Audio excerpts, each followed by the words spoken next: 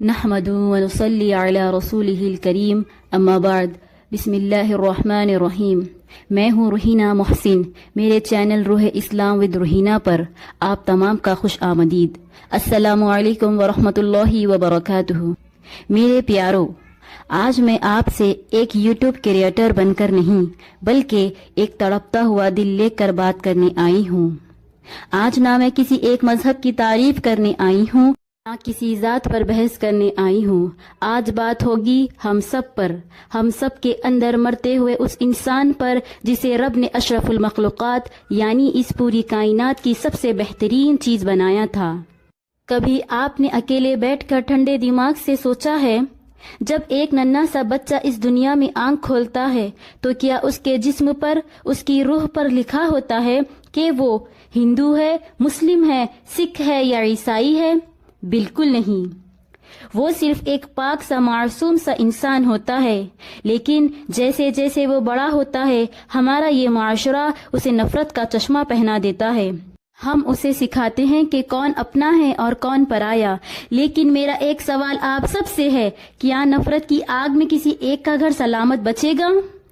آج ہمارا معاشرہ اس موڑ پر آ کر کھڑا ہو گیا ہے جہاں چاروں طرف قتل و غارت، فتنہ فساد اور نفرت کی دیواریں کھڑی کر دی گئی ہے۔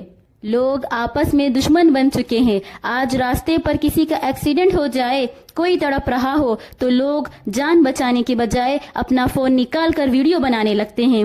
کسی غریب پر ظلم ہو رہا ہو تو ہم اپنا راستہ بدل لیتے ہیں، صرف یہ سوچ کر کہ یہ تو میرے مذہب کا نہیں ہے، میں کیوں اس کے مسئلے میں پڑھوں۔ سبحان اللہ! کیا ہمارا رب ہم سے یہی چاہتا تھا؟ کیا اسی دن کے لیے ہمیں اس دنیا میں بھیجا گیا تھا؟ دنیا کا کوئی بھی سچا مذہب آپس میں بیر یا دشمنی نہیں سکھاتا۔ اسلام کہتا ہے کہ اگر تم نے کسی ایک بے گناہ انسان کا قتل کیا تو تم نے پوری انسانیت کا قتل کر دیا، اور اگر تم نے کسی ایک کی جان بچائی تو تم نے پوری انسانیت کو بچا لیا۔ سناتن دھرم میں کہا گیا ہے وسودھیو کٹمبکم، یعنی یہ پوری دھرتی، یہ پوری دنیا ہی ایک پریوار ہے۔ تو پھر سوال یہ پیدا ہوتا ہے کہ یہ نفرت پھیلانے والے لوگ کون ہیں؟ یہ فتنہ و فساد کرنے والے کس کے سگے ہیں؟ یہ کسی کے سگے نہیں ہیں، یہ صرف اور صرف انسانیت کے دشمن ہیں۔ میرے تمام بھائیوں اور بہنوں، میں نے اپنی پچھلی ویڈیو اپلوڈ کی تھی جس میں میں نے بات کی تھی کہ اللہ کی عبادت کس طرح سے کریں۔ آج اس کی بات کو آگے بڑھاتے ہوئے میں ایک بڑی سچائی آپ کے سامنے رکھنا چاہتی ہوں۔ یاد رکھیے، اللہ کی عبادت تب تک ادھوری ہے جب تک آپ اس کے بنائے ہوئے بندوں سے محبت نہیں کرتے۔